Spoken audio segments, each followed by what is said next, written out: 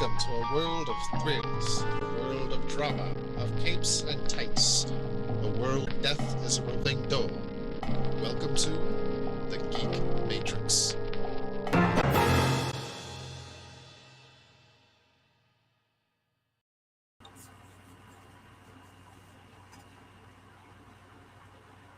right, let me know when you're good to go. Sounds good. I'm good to go.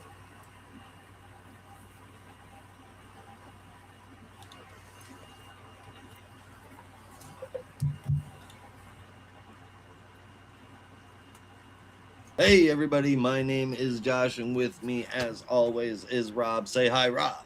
Hi, Rob. And we're part of the Geek Matrix. Now you are too. Usually be just Rob and I, but anybody could show up. Yeah, We Geek may Matrix have is vast. Geek Matrix is vast. We may have extra guests coming in at some point this week, even. Yeah. There's absolutely no telling what the show could be about. It could be about anything and rarely just one thing. And today, Rob is going to tell me a little bit about Supergirl, and I'm going to tell you a little bit about Batman number 11. Yeah, you might be thinking on the surface, well, this is going to be a doozy of a video. Let me assuage your fears. Only half of it is going to be a doozy of a video, and it's not the half you think it is. Excuse me, I'm sick. I'm getting over a cold or a summer cold right now. So bear with me. My voice is not 100% back, but I did go see Supergirl last week. And this is me speaking as somebody that is enjoying the Gunverse right now. I really enjoyed Superman 2025. I did not like Supergirl Woman of Tomorrow, the book. I loved the art, did not care for the story too much.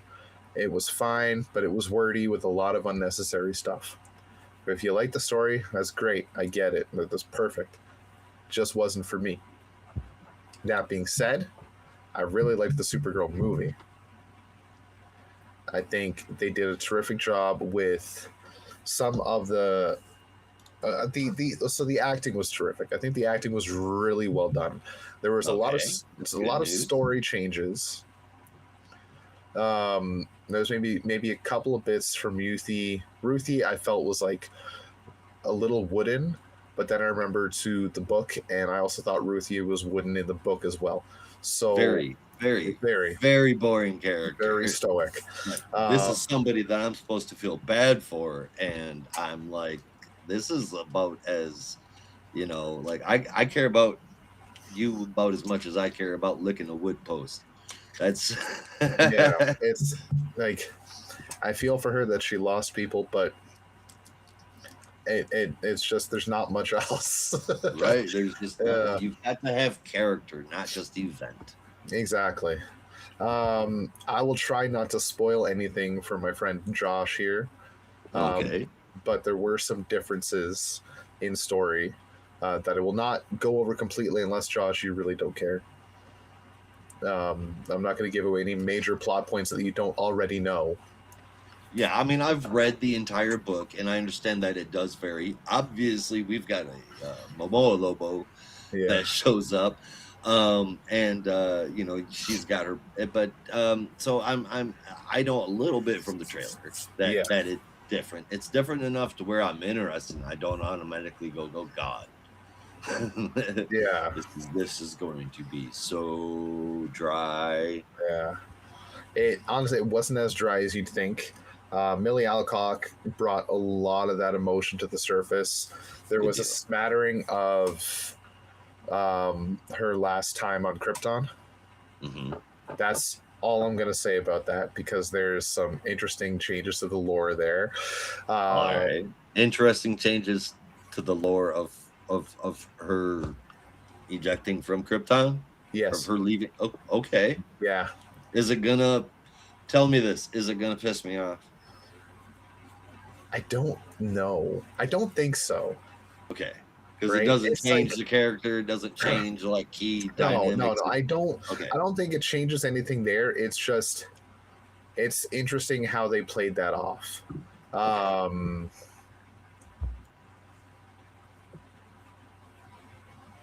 there, the timeline is not what you think it is. Okay. Yeah. And when I say that, like the typical timeline origin of Supergirl, Kara was a teenager when Krypton was destroyed. Cal was a baby. He was sent off. She was sent off to follow him and help raise him. She got stuck with a wormhole. She landed on Earth 25 years later. Yep. Right? That does not happen in the movie. Okay. Yeah. So that's all I will say about that. I will leave the rest to you. Okay. I will say this one thing. And this is a reference as far as the rest of it goes, though, like I don't mind. You could go ahead and tell me. I'm still gonna go and watch the movie. Unfortunately, I'm not gonna be able to make it to see this Gunverse film in the theaters. Yeah, it's the way the wallet crumbles. But I am definitely gonna still see it. I've already know basically the plot. There's gonna be some shit that's changing, so you're not spoiling anything for me. This isn't gonna be something that like I'm not gonna watch anyway. Fair enough. Well, do you want me to tell you the change to her history? Leave that one a surprise. Okay, fair enough. So the one interesting thing for me that was a carryover from Superman 2025 is when she was still on Krypton, her parents were talking about when Cal was sent off, and they said something like, "Oh, he's going to go off to Earth and like be their god," kind of deal, like referencing that audio clip or that video clip that Superman had of his birth parents of Jor-El and Lara. That was fragmented, and then Lex was able to fix it, and then he found out the whole message was like conquer that planet, be their god, have a harem kind of deal. And he was like, this can't be true, it's not possible. Well, as it turns out, that is true. It was not just like, that's 100% confirmed. I know they had that throwaway line from Mr. Terrific, like I know those guys, they would not release it if they were not 100% certain. Like that throwaway line to me was never like a good excuse to believe it, but now like they're doubling down, like this is 100%. Like the Kryptonians were people that 100% saw themselves better than others, to the point that they wanted to go and conquer other planets, right? Like there's like, go raise our bloodline elsewhere. Like in the comics, at least over time, we knew Jor-El and Lara to be very loving, caring people, that when they sent Kal-El to Earth, they wanted him to be raised by loving, caring people at the same time, and that was their whole bag. But now their whole thing is go to Earth and conquer it, like you're a motherfucking Saiyan, like you're Goku, like yeah. So that's the biggest takeaway for me when it comes to the universe. Momoa's Lobo was fantastic. I think he killed that role. You're gonna love his Lobo so much. Yeah, he was I like so him. On the nail. I mean, like ever since Gunn took over and they started doing fan art of Lobo as Momoa, I'm like, fucking jump him. If he can't be Aquaman, he needs to be Lobo. Yeah, and it's just a bonus that he also loves Lobo. That's what I'm saying, man. Yeah. I hope he really laid into it. He did. Not like Scotty Young's current Lobo. It's not that level. It's not like over the top and heinous, but it's definitely Lobo. Main man, Bastich. Main man, yeah. I giggled every time he called someone a Bastich. I was so happy. He said frag, he said Bastich at least twice. I was so happy. What does he call his dog? My dog. Just dog? Yeah, dog's not in it. Oh. Yeah, at least not There's yet. Dog, Space Hog, that's his bike. And Space Hog is there. Dolphins. Well, No space dolphins. movie version of Space Hog is there. Yeah. Well, I'll say like it's a fairly You accurate. don't have the ape hanger arms with a gigantic not like skull that. on the front. You know, There is a skull. Oh, Yeah. nice. But it isn't like a gigantic metal one. It's like a real skull Cool. that he's Good, it strapped to should the be. front of it. Yeah. So it's not like an over the top, I oversized. It's just like I thought I like a a metallic, almost Batman Dark Knight Returns kind of bike. yeah. I guess I was mistaken. All right, Well, works for me. it can change, so it can have wheels, but it can also fly up into space. Yeah, so when he lands on a planet, he can still ride it around on the ground, and then when he needs to, he can convert to a hover, to a flying Fucking machine. love it. Yeah, and it's very fluid. Like he'll drive off a cliff and go flying into space. It's fantastic. And it So doesn't you- look cheesy. I don't think so. Fuck yeah. I don't think it looks cheesy. It just looks like a sick ass Nice. motorcycle. It looks like Space Hog. Hell yeah. I You're like gonna Millie. like I like Millie Alcock. I think she's a great actress. I mean, you know how I am about fucking Lobo. Jason Momoa is a really good actor. Yeah. And the Supergirl is one of my favorite comic book characters. I am Yeah. absolutely going to watch this because of how different it is. Yeah. So, The one thing I will say, never let it say I'm not that much of a stalwart where I won't fucking give shit a chance. yeah. I realize I always say one thing I will say, and then I go on to say 5 more things. Happens to About- the best. One thing I didn't like outright was the end, and I'm not talking about the final scene. The final scene is separate. There's no after credit scene. So I'm talking about the final scene of the movie is fine. The scene before that where they finish the story with Ruthie and Krem and all that. That I did not like. That was different from the comic book, and I did not care for it because I felt it was kind of unearned. It was very oddly framed and oddly placed and oddly done. It didn't make a lot of sense to me. I did not care for it. But hey, neither did the ending of the comic book, so I didn't care for that either. Otherwise, I'll say there's no Comet, the super horse. He's not in it at all. Boo. Yeah. So don't go looking for that. Like I said, no after credit scene. Apart from that, it's a not. No crypto. Crypto's not in it, right? Oh, he's in it. Oh, okay. Yeah. Yeah, it follows the same plot of the book. Okay. For some Crypto reason, gets I shot thought by Krem. I thought that she was on that storyline when the last Superman movie happened. No, Like so she was it's returning back from that. no, it took place. That last scene in Superman took place not right before this, but before it. So like Okay. she left Earth, picked up Crypto, and then went off into space, and then ended up on this journey. Okay, so this happens after Superman. Then. Yeah, Okay, cool. Okay, Yeah. got it. yeah. Sweet. What's no surprise to anybody that's seen all the trailers, David Cornsweet's Superman is in it. He is as husky and corny and Superman-y as he was in 2025. It's kind of solidified me as he's my Superman.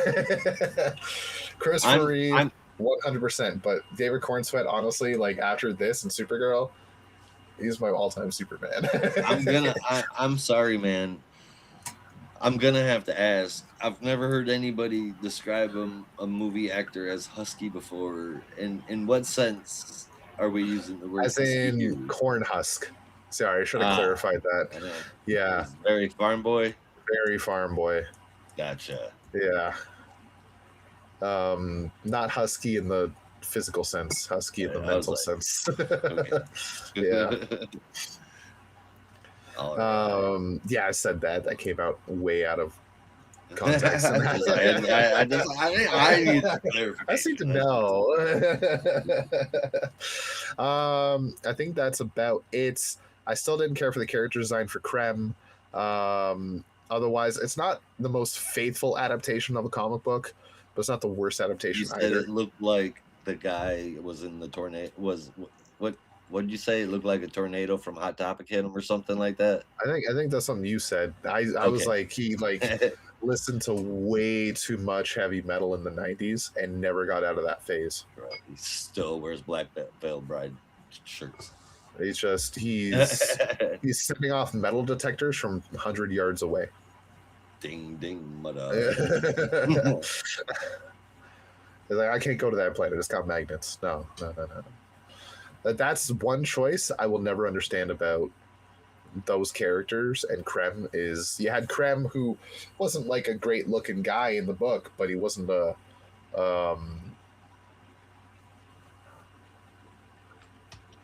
what am I trying to say? Like, yeah, he looks good enough. He looks fairly normal. He had nice red hair. He wasn't like the most dashing person, but he wasn't ugly either. Kind of, that's what I was trying to say.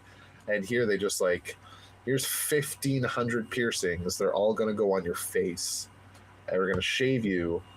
They're gonna give you like some pointy teeth, and you're gonna speak like a monster from Monsters Inc. for 2 hours. Did not make sense to me. Or they just thought Marauders need to look menacing and monster-like. I don't get. They don't always need to. Sometimes Marauders are just normal people that like killing things, stealing things. I don't. Yep. That's one choice that did not need to happen. Is that character design for Krem? I thought the original was perfectly fine. It made a lot more sense that he was an archer. But that's yeah. On fucking Tatooine, absolutely. Yeah, exactly. Yeah, that's about it. I thought the movie was fine. It wasn't super colorful like the comic, but it wasn't completely devoid of color either. There was definitely some color. The suits they deliberately kept off of Alcock until like the final battle, and Okay. like even my wife noticed it. Like once the suit came on, everything got brighter. Right, it was definitely like this moment of they were keeping it for this big reveal at the end. She puts it on. It's dynamic. It's intriguing. It's bright. It's colorful. It's powerful. This is super good. The rest of the time, she's wearing like a generic shirt and an overcoat. Okay. At no point is she wearing a super suit with the overcoat, right? Despite what you've seen in all the promotional material and even the cup that I got for my wife. She never wears the coat over the super suit, not once. Yeah, take that as you will for a promo material. Yeah, but she's wearing the coat for a majority of the movie, and then the suit comes on at the end, and she just wrecks people's shit. It's fantastic. Music is one last thing I'll bring up. Thought the music was fine. I thought the music was really cool. There was one song at the end during a fight that both my wife and I were like, look, the song is great. It's a wonderful cover. Completely out of place in that fight. Had no business being there. Like there was a couple of shots in the fight. They were like, okay, I see what they were going for, but when you look at the whole thing, it just doesn't work. And I wish they'd kept it with something more instrumental, orchestral, instead of a cover of The Middle by Jimmy Eat World. It was really weird, out of place. Like I said, beautiful cover. I love that song. Just did not fit in that fight scene. And that's about it. I think if I'm going to give it a score, which honestly I have not thought about, because I was so busy thinking about all the cool stuff with Momoa's Lobo. I think I'd give it like a 7.5, 8 maybe. All right. Yeah. Fair enough. Fair enough. Now let me hit you with a question before you move on to Batman. Just something that was crossed my mind. Do you think in the Marvel 616 universe, movie, comic, or otherwise, do you think if Bad Dragon exists as a company, do they have a model based off of Fin Fang Foom? Absolutely. Absolutely. Is it to scale? It is. oh shit. They've also got knockoff versions of the Savage Dragon.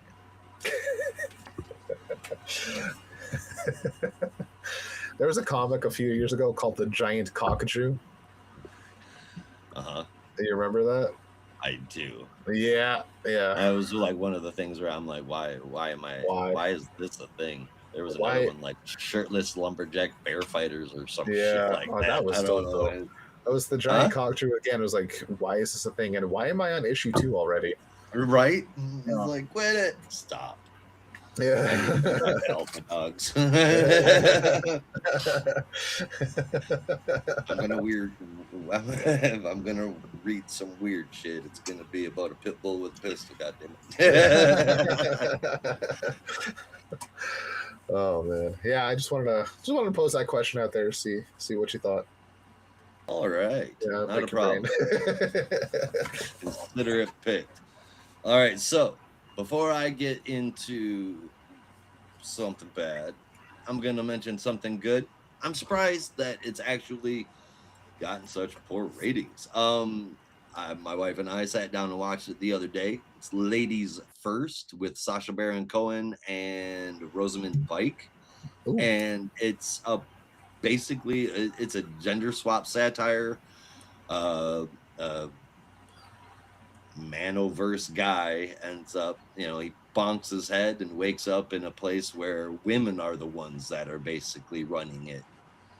And I thought it sounds cheesy, and the premise is, I mean, it's exactly what it sounds like, but there was some really good genuine laughs that were in there, and we had a good time. right. Now now now we're going to talk about Batman number 11. Right. uh Yeah. Batman number 11. All right, so I'm just gonna bring up the last page of it. All right. Yeah, that's all we really need. The rest of it was like, it's whatever. Yeah. They're still doing random shit and hoping it Yeah. sticks. And like, Ojo. Ojo's doing some killings. And like, all right, fine. Yep. Yeah. I've got a problem with Batman number 11, and it's not the Ojo stuff. It's the last Yeah. page. I mean, I also have a problem with the pacing, but fucking A, right? Yeah. But Verity Pennyworth, otherwise AKA Truth, that's what Verity means. A brand new grand niece of Alfred showing up 7 years after he died from a secret butler society nobody's ever heard of. Yeah. And I keep coming back to one thing, and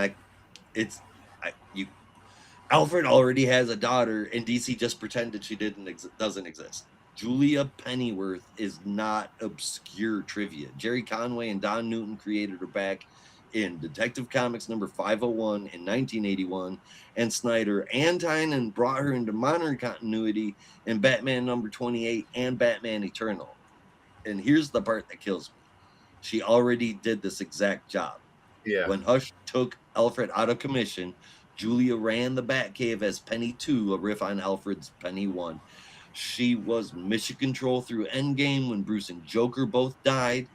During Super Heavy, she went undercover in the GCPD as Jim Gordon's tactical strategist to keep the robot Batman alive. Then she spent the Rebirth era as Batwoman's mission control through the Monster Venom and many Arms of Death stories. XSRR, combat trained, knows every secret. She's Alfred's actual kid. Bruce moves everything into a place literally called Pennyworth Manor, and the Pennyworth running it is not the daughter. Come on. Yeah. It's not like DC forgot how to use this family. Snyder and Tynion also gave us Jarvis Pennyworth, Alfred's father, in the fall of the House of Wayne backups in Batman number 9 through 11 way back in 2012. He served the Waynes and got murdered by a Talon. So modern continuity already built a multi-generational Pennyworth legacy with real weight behind it. Instead of using that branch of the tree, they just grew a new one, doing whatever he wants, and stapled a secret society to it. I call bullshit. That's its own problem, the secret society, because the whole point of Alfred was that he was just a man. No order, no mystic butler network, no none of that shit. retroactively making him a member of the society of is it secret society? No, it's just society of the Midnight Key. Makes him smaller, not bigger. Even if you skip the Pennyworths entirely, the bench is deep. Lucius Fox knows the identity and the current continuity and already runs Bruce's money. Harold Allnut lived in the Batcave maintaining the equipment from Batman number 458 until Hush killed him, and he's been begging for a revival for 20 years. I mean, everybody came back in Death Metal, and those who didn't came back in Infinite Frontier. Where in the hell is Harold? Barbara already covers Mission Control as Oracle. Granted, she's in jail right now, but I mean, come on. There's even Leslie Tompkins. I always say her name wrong, damn it. Who covers like the surrogate parent role. The Bruce needs somebody in the house problem has multiple in continuity answers, and DC picked none of them. Even the timing, more so that they've spent the last few years kind of getting Bruce to a point where he can take care of himself. You know, he's found a place with Damian where they've bonded, they've grown together. He's not moved on from Alfred, but he's made peace with it at this point too. Like he's come into his own. The timing is the timing is what really stinks. It sinks it, man. Bane killed Alfred in Batman 77 in 2019. DC published Pennyworth R.I.P. They read the will. Zdarsky built the entire failsafe and Zur-Anar run on the whole. Alfred left in Bruce's head. 7 years of stories and not one mention of a grandniece, a great niece, or a succession plan. No Easter eggs or anything that was dropped. Now we're told Alfred chose this new ally before his death, a gift from beyond the grave that he didn't mention at all when his will was read or when Dick opened up the Pennyworth Foundation. This isn't a gift. It's just a retcon in a really nice suit. Alfred already had a plan. It never came up during the will of the estate or any of Julia's appearances. Is nonsense. Yeah. If this had happened in 2020, a Pennyworth stepping in would have been a grief story. In 2026, it's a job posting. And the job as a qualified internal candidate with 12 years of seniority. Skipping Alfred's actual daughter to invent a grandniece from a secret club is like hiring externally without ever interviewing the person already doing the fucking work.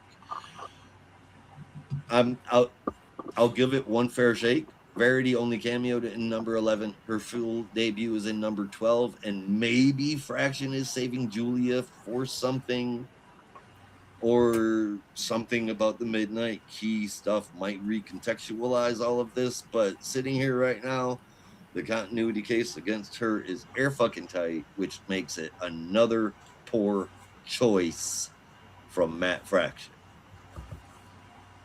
What I can say is that's the nicest way I've ever ranted. Oh yeah, I'm proud of myself. 100%. Yeah. What I can say is at least it was done better than Joel Schumacher in Batman and Robin. As much as Alicia Silverstone was a welcome addition when I was 7 years old, it was still kind of just weird. I think they still called her Barbara. Mm-hmm. Alfred's grandniece is also Barbara Gordon. Yeah, this didn't make any sense to me. So at least better than that right now. But we'll have to see. I don't know. This is when I read that last page. I saw this coming down the pipeline for a while. It was teased in solicits like 3 months ago. I've been holding on to this, not telling you because I know you don't want solicit spoilers. I knew how you were going to react to it. I wanted your live reaction. Here we are. This is dumb. This is fucking. It really is, man. There's no reason for this. No. And furthermore, that's what she looks like. This is her. that obviously is a villain. That's very clearly a robot. It very very well could be a robot. It's obviously a villain. I mean, anybody that shows up in mainstream comic books and has like Android 11's face is not there to be nice. I mean, well, I'll say this then: if you think that she might be a villain, then maybe this is all bullshit. She's not Verity Pennyworth. She's not Alfred's grandniece. She's just looking for a piece of Bruce's pie. I don't know. If this isn't some bullshit plan and Julia isn't about to come in and around to knock this shit out, this book is completely hopeless. Yeah, completely hopeless. There's other than the fact that it's a joint, something that I've been clamoring for 5 years of reviewing comic books. So a shared and shared continuity Gotham universe where all the books are everything is all happening at the same time. It's not stilted. I've been waiting for this, and it's the only thing that's keeping me reading Batman, just because of that. Well, surely Tom Taylor's Detective Comics is worth it. The Tom Taylor's Detective, well, yeah. I mean, I didn't mean the Gotham comics. I okay, just like Batman. The Batman, period. Yeah, everything else is fantastic. Yeah, Batgirl is mwah. Catwoman is good. Harley Quinn is readable. It's since the Batman personality has emerged, it has lost its cheese, and I think it's trying to find its footing, but I feel like it's doing a good job getting there. Right. So Nightwing, Detective Comics, I mean, they're all doing really good stories, man. And it's just Batman is dropping the ball, and I'm leaving out the best one of them all, and that's Poison Ivy. Best overall. Yeah, I read last week's Poison Ivy today, and it's maybe my favorite issue since she became mayor. Right? Yeah. Yeah. Wow. It was good. Yeah. It also never dawned on me that Janet from HR and Juhi from the mayor's office, it's like hand in hand. Yep. Damn. Never dawned on me until. Oh man, yeah. Well, ain't that shit? All right. Yeah. I didn't even pick up on that, dude. That's pretty funny. It only dawned on me when I was reading the issue, and I think she was saying that to the police after they beat up that kid. She's like, "I'm Julie from the mayor's office." I'm like, "Yeah," and she's Jennifer from HR. What the hell? That's pretty cool. Yeah. I like it a lot. Whenever I grow plants, I name them. Right. And I have one that's growing right now that's named Janet from HR. Perfect. Yep. Oh, it's just fantastic. It really is. Yeah, honestly, one of the best running gags in comics right now. Janet from HR? Always from HR. Even her current job in City Hall is essentially HR. HR. Yeah. I'm going to get rid of Verity here because yes. I'm tired of looking at her already. Yeah, so it's Verity, I say to you, it's some bullshit. It means like a fundamental truth, man. So it's like there's got to be something there behind that name, and if it's supposed to be trying to anchor in this, what is it, Mystery Key Society, I'm fucking good, man. Like, pass. If this is something that's going to be like adopted in the status quo, I don't know. Yeah. I mean, I know Batman had that rejuvenation shot, but I mean, he's still getting up there. He's not a superhuman. Oh no, in Batman. Yeah, in Batman. Yeah. I mean, he had that rejuvenation serum and shit, and that helped him a little bit, you know. But I mean, he's still getting up there, and I don't know that he needs someone else to man the cave. No. Yeah, it's a little crazy. We'll have to see. I want to say we'll see in issue 12, but like the way the story arc's been going, issue 12 is going to pick up with something completely different. And Verity might pop up for a couple of pages somewhere in the middle. Which is absolutely stupid. And it leads me to another fucking problem. Barbara's not going to be in prison forever. No. So what is she going to do when she gets out? She's not going to be Oracle anymore? Oh, there's been an Oracle. I mean, they've destroyed the Oracle identity, I guess. Yeah. He destroyed the Oracle identity. She told everybody who she is. That's true. So no, she's not. Barbara Gordon's just done being a fucking hero now. Oh, she can still be Batgirl.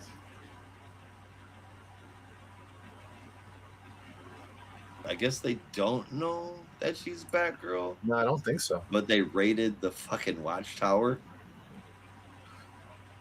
All she got to do is keep her suit at Dick's, and that's fine. I'm gonna keep my Batgirl stuff in Bloodhaven, my Oracle stuff in Gotham. You know, sucks when I need to swap personalities for a second, but right. Yeah. You watch if he brings her back as Batgirl, it's gonna be in the Burnside costume. I hope not. I really hope not. As far as I'm concerned, he's done nothing but bad decisions, man. So, I mean, I wouldn't put it past him. Yeah. Yeah, so that's what's going on in Batman. At least other comics are pretty good. Yeah, the rest of the Gotham ones are pretty good, and there are a lot of other ones that are really good, too. I am happy as a DC Comics reader right now, and I have been for months. Everything from Firestorm to JSA, the shared Gotham universe, everything that's been happening to in and around the Superman family and the extra titles have been great. While I did kind of shit on Williamson's stuff while he was running it, I mean, things are a little, shaken up now and in a different direction. And overall, man, I mean, DC Comics is doing some good stuff. There's some shit, but there's some good stuff. The entire Absolute universe. Oh, yeah. And Martian Manhunter just finished, so it's going to get better for you. I mean, he could be showing up in other books. We don't know. He definitely will be. Definitely. I can say this. Breaking news. Dennis Camp was kind of doing one of his joke posts again. That in Man of Tomorrow, news is breaking that Martian Manhunter will be in it. Interesting. Yeah, Dennis Camp did his joke post like, if you want to understand Man of Tomorrow, you need to read all of Absolute Martian Manhunter. Just silly marketing to get. I love when he does stuff like that. It's hilarious. But then other people are running with and the Martian Manhunter in Man of Tomorrow, it might be inspired by Absolute Martian Manhunter. And I don't know if that's in reference to Dennis Camp's posts or that's an actual part of the news break. I think that's like the people taking his bullshit and going, oh my gosh. You know what I mean? No. Yeah. Wow. Where are we going to start seeing the Absolute universe? Maybe we won't even get a regular Batman. Maybe it'll only be the shit that's going to fly off muscles that with ears. Single post. Is going to be, Yeah. I want to shout out just Supergirl Survive as well. I read issue 2 today. I don't know if you remember how much I was boasting about issue 1. Issue 2 I do. Hits the freaking ground running. Holy shit. It expands to the entire cosmic universe, the entire cosmic story world of DC, and really tilts it a little bit. Introducing new things or expanding into things that have been previously separated? Both. So I will say Interesting. this. I will say this. There are Lanterns and there's Lobo. And Okay. Supergirl survived #2. That's all I will say. If you like DC Cosmic, read Supergirl Survive. It is so freaking good so far. Lanterns, Lobo, and Supergirl is always a good time. Yeah. Yeah. And even New Gods were mentioned, but just kind of in passing. Yeah. No, it's well, this hella is good. not Supergirl Survive isn't in continuity. This No, is, it's Elseworlds. Yeah. Elseworlds. Yeah. All right. We're still waiting on some more information to come from the world of the New Gods as well. Because yeah, when they last left us, man, oh man, stuff did happening. yeah. But But Gods and the Vigil, Rom V, please come back to us. oh my god, I Please. thought you were gonna fucking drop news that it was. No. I wish. I just want Rom V to come back to DC and finish all the story arcs he's left open tomorrow. Please, come on. Yeah. Anyway, yeah, that's we're hitting about 40 minutes now, so I think we should cut it off here. I think that sounds good. So that is all that we have for the Geek Sheets today. We will be back for more with more, and we hope you will too. As per the usual, like, subscribe, share, tip, send up smoke signals. You do you. Make sure you put notifications on for when we've got new content, at least weekly. Stay safe out there. We're always here. We're the Geek Matrix. Peace.